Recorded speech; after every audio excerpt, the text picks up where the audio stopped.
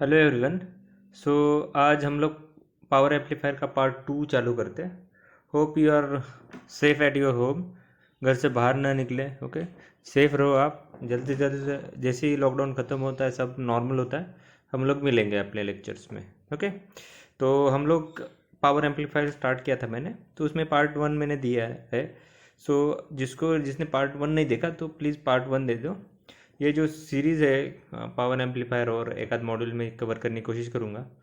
Okay, तो उसमें normally मैं जितना छोटा से छोटा लेक्चर हो सके उतना रखने की कोशिश करूँगा, ताकि आपको ज़्यादा बोर ना हो जाए। ओके, तो पार्ट 2 है, जिसने नहीं देखा तो प्लेलिस्ट में मैं डिस्क्रिप्शन में पार्ट 1 का लिंक देता, प्लीज़ वो देख लो।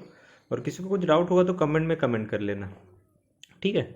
सो स्टार्ट करते हैं आज का लेक्चर।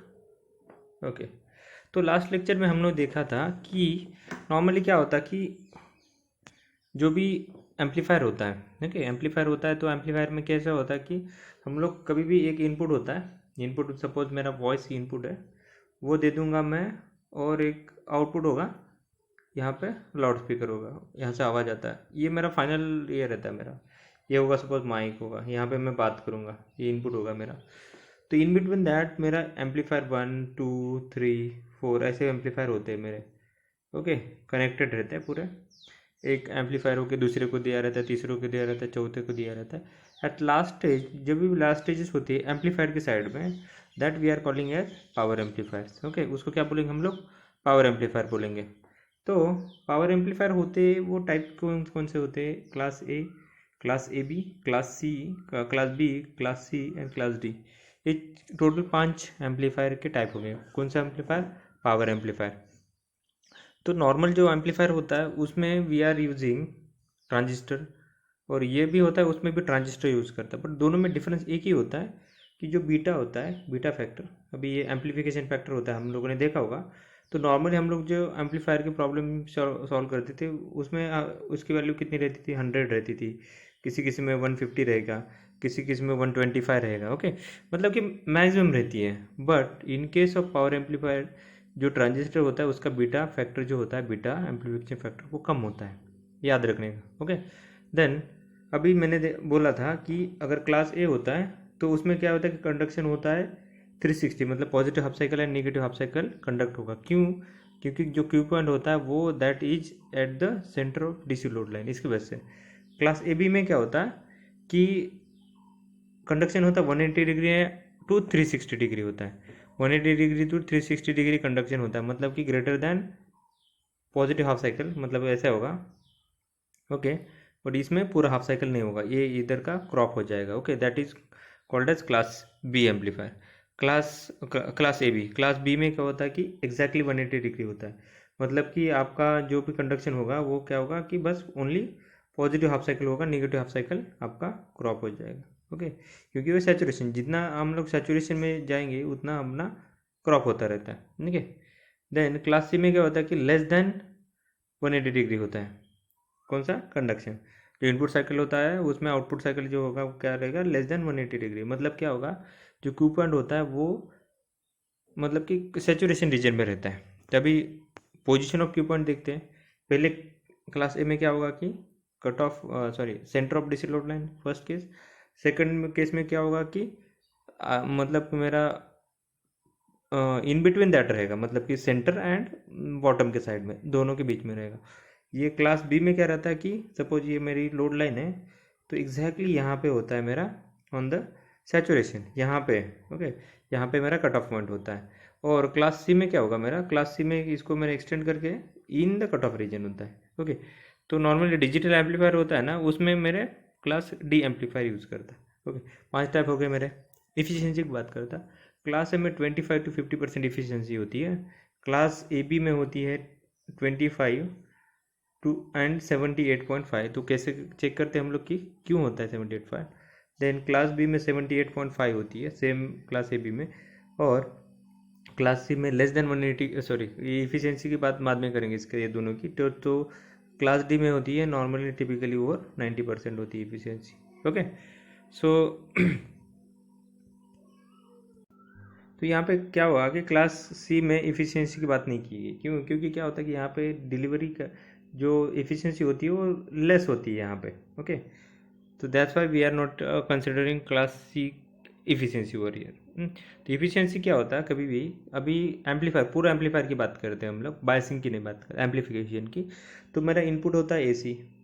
ओके, इनपुट एसी होता है, बट अगर सर्किट जिंदा रखना है मुझे तो मैं क्या करूँगा, डीसी इम्पोज करता मैं। सो क्या होगा कि दोनों के पावर रहेंगे। ओके, एसी की पावर और डीसी की पावर सेपरेट सेपरेट करना पड़ता है मुझे। ओके, सुपर इम्पोजिंग होता है उसमें। तो अगर मुझे इफिशियंसी निकालनी है तो ratio of output to the ratio of input power, वो होता है मेरा इफिशियंसी होती है। तो कौन सी इनपुट पावर कौन सी आउटपुट पावर हम लोग नेक्स्ट स्लाइड में चेक करते। ओके, तो क्लास ए से स्टार्ट करते हैं हम लोग। ये लेक्चर में अगर ज़्यादा हो रहा तो स्टॉप करता, बट मैं क्या करना हूँ, नॉर्मली मैं आपको क्लास ए ख़त्म करने की कोशिश करूँगा ये लेक्चर में। तो क्लास ए में दो टाइप होते हैं, series fed class A amplifier and transformer coupling होती है। Okay, series fed and transformer coupling मतलब कि ये लोड के हिसाब से रहता है, मेरा लोड कहाँ लगा है। यहाँ पे मैंने अगर ट्रांसफार्मर लगाया उसके बाद लोड लगाया, सो दैट इज कॉल्ड है ट्रांसफार्मर कपल। वो इफिशियंसी बढ़ाने के लिए होता है, बट सर्किट बल्कि हो जाता है उससे, मतलब कि हेवी होगा। ओके, ट्रांसफार्मर का समथिंग वेट होता है, उसकी वजह से बल्कि हो जाता है। तो series fed class A amplifier क्या होता है, तो ये नॉर्मल एम्पलीफायर जैसे ही होगा। ओके, नॉर्मल एम्पलीफायर जैसे ही होता है, हम लोगों ने देखा होता है ये एम्पलीफायर, इस टाइप का एम्पलीफायर नॉर्मल वोल्टेज एम्पलीफायर में। तो इसमें क्या होगा कि ये हायर वोल्टेजेस को हैंडल करने के लिए एम्पलीफायर होता है, जिसमें जो ट्रांजिस्टर यूज़ होता है वो पावर ट्रांजिस्टर होगा, जिसका बीटा होगा वो लेस होता है। कितना रहेगा, नॉर्मली 5 रहेगा, 10 रहेगा, 15 रहेगा, इस टाइप के कम बीटा वैल्यूज़ रहते हैं इसमें। कहाँ पे, कौन से इसमें, ये पावर एम्पलीफायर में। ओके, पावर ट्रांजिस्टर में कम एम्पलीफायर। सो इसकी एनालिसिस करते हैं हम लोग। ओके, तो अभी मैंने बोला था कि इसमें जो मेरा क्यू पॉइंट रहेगा, ओके, ये डीसी लोड लाइन होगी मेरी। ओके, ये डीसी लोड लाइन होगी, तो क्यू पॉइंट होता है वो, that is at the centre, यहाँ पे रख दिया। तो मैं इनपुट सिग्नल फेड कर रहा, मैं सपोज ये इनपुट सिग्नल है मेरा। सो मुझे क्या मिलेगा कि मुझे वोल्टेज एंड करंट दो मिलेंगे। ओके, तो वोल्टेज मेरा जो रहता है तो वीसी कैलकुलेट करता मैं, और करंट रहेगा मेरा आईसी रहता है। तो ये input voltage and input current, output current are in same phase, where as output current, output voltage and input current are out of phase 180 degree. कौन से इसकी बात कर रहा मैं, कौन सी इसकी बात कर रहा, कॉमन इमीटर कॉन्फ़िगरेशन। आपने यहाँ पे देखा होगा वेवफॉर्म डायग्राम में, तो common emitter amplifier. Okay, base common है इनका, इमीटर कॉमन है इनका। ओके, तो इसमें कि इसमें क्या होगा, मेरा आउट ऑफ फेज रहता है मेरा। देन क्लास सी में क्या रहता है कि same input and output are in the phase होते हैं। ठीक है, इन फेज रहेंगे, सेम इनपुट, मतलब क्लास सी मतलब कॉमन कलेक्टर जिसको बोलते हैं, वोल्टेज फॉलोअर, उसमें इनपुट एंड आउटपुट सेम रहता है, सो वोल्टेज फॉलोअर बोल के यूज़ करते हैं हम लोग। और क्लास बी में क्या होता है कि सेम फेज में होते हैं वो लोग। ओके, तो क्या होगा मेरा, मैं ये इनपुट फेड करूँगा। ओके, अभी समझने की कोशिश करो, इनपुट फेड कर रहा। अभी क्या होगा कि मेरा ये मेरे डिफरेंट, ये है मेरे, क्या हो रहा है मेरा, ये जैसे मैं ये वोल्टेज बढ़ा रहा, मैं करंट बढ़ के सैचुरेट हो रहा, करंट बढ़ के सैचुरेट हो रहा। मैं ठीक से बताने की कोशिश करता है। यहाँ पे मैंने वोल्टेज बढ़ाया फर्स्ट केस में, वहाँ पे जाके सैचुरेट किया, रजिस्टर एंड इसकी वैल्यू चेंज किया, फिर से वोल्टेज बढ़ाया, फिर से होगा, फिर से बढ़ाया, फिर से होगा, फिर से बढ़ाया, फिर से होगा। ओके, ये डिफरेंट वेवफॉर्म्स आते हैं for different value of R and C itself. Okay, register की वैल्यू के ऊपर डिफरेंट वेवफॉर्म आते हैं। तो इसके हिसाब से मैंने क्या कर दिया, ये load line, centre of DC load line यहाँ पे पुट कर दिया मैंने, यहाँ पे आ गया। ठीक है, इस पॉइंट पे दे दिया मैं, तो इसको मैं इनपुट फीड करता और इसके अकॉर्डिंगली आउटपुट हो जाता। मेरा आउटपुट जो रहेगा वो जो, मतलब मेरा ये, इसमें दो टाइप के ये रहेंगे, क्योंकि input voltage, output voltage and output current रहेंगे। सो जो आउटपुट करंट रहेगा तो क्या करेगा, सैचुरेशन, अभी करंट रहेगा तो वो सैचुरेशन की तरफ जाएगा, और इन बिटवीन 0 टू सैचुरेशन रहेगा। और जो वोल्टेज रहेगा, मतलब 0 एम्पियर टू ऐसे सैचुरेशन रहेगा। ओके, और जो ये रहेगा, करंट रहेगा, वोल्टेज रहेगा, वो 0 वोल्ट से प्लस VCC तक रहेगा मेरा। ओके, ये याद रखने की कोशिश करो।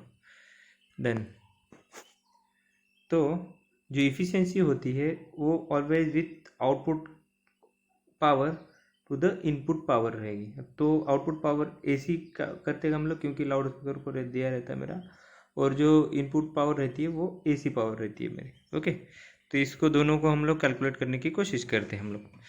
यहाँ पे सॉरी, यहाँ पे जो नीचे है इसको करेक्ट कर लेना, वो डीसी होगा, इनपुट पावर जो होगी वो डीसी की पावर रहेगी। ठीक है, यहाँ पे एसी की जगह डीसी, एक करेक्शन है, ये कर लेना तुम लोग। सो हम लोग अगर आपको इनपुट पावर कैलकुलेट करनी है, that is always VCC into ICRC. मतलब ये सर्किट है, इस सर्किट में ये इस साइड की जो पावर है suppose, so that is always AC DC power, so that is VCC into I C Q, ये क्यू पॉइंट की वैल्यू।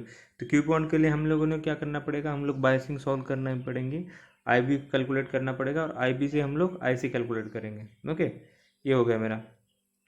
देन मुझे अगर ये करना है, मुझे आउटपुट पावर करनी है, सो पावर के 3 फॉर्मूले रहेंगे मेरे, वी बाय आर एक रहेगा मेरा, आई स्क्वेयर आर दूसरा रहेगा मेरा। ओके, यानी वी इंटू आई वी रहेगा मेरा। ओके, तो 3 फॉर्मूले के 3 आएंगे। तो P output is equal to V square, मतलब आर एम एस वैल्यू, ये पिक टू पिक के हैं तो 0 हो जाएगा, इसलिए आर एम एस वैल्यू लिखिए, मतलब वी सी क्या करो उसका voltage, V square C divided by R C, ये पहला फॉर्मूला। Then V C into I C, हम लोगों ने वेवफॉर्म में देखा था, ये अगर मैंने आर एम एस वैल्यू लेने हैं मुझे, इसमें ये लाइन लेना है मुझे peak to peak value. And third formula I square R C रहेगा, मतलब कि आई स्क्वेयर आर मतलब आई सी इंटू आर सी रहेगा। So output power is equal to क्या रहेगा मेरा, sorry efficiency is equal to क्या रहेगा मेरी, output power divide by input AC DC power into 100%। इससे मैं इफिशियंसी कैलकुलेट करने की कोशिश करता। सो क्या करना है आपने, अभी मैंने आपके लिए एक प्रॉब्लम दिया होमवर्क के टाइप में, अगर आपको समझ रहा है, just you have to use this formulas. Okay, मतलब कि इनपुट पावर में आईसी निकालने के लिए आपको क्या करना पड़ेगा, just you have to apply KVL at input side, calculate IB first, then use beta value, multiply beta use करो, बीटा है 25 से मल्टीप्लाई करो, you will get the value of IC निकालो, VCC से मल्टीप्लाई करो, then you will get input DC power. Output के लिए आपको ये इनमें से कोई भी फॉर्मूला यूज़ करो। Okay, and find out the value of what you can say, you have to find out the value of output AC power. So उसको क्या करोगे, output power divide by input power DC into 100 करोगे तो आपको क्या मिल जाएगा, efficiency मिल जाएगी। तो मुझे क्या करोगे, इसकी इफ़िशियंसी जो भी है ना, वो फाइंड आउट करके मुझे यहाँ पे कमेंट बॉक्स में कमेंट कर देना। सो यहाँ पे स्टॉप कर दें हम लोग lecture. Thank you very much.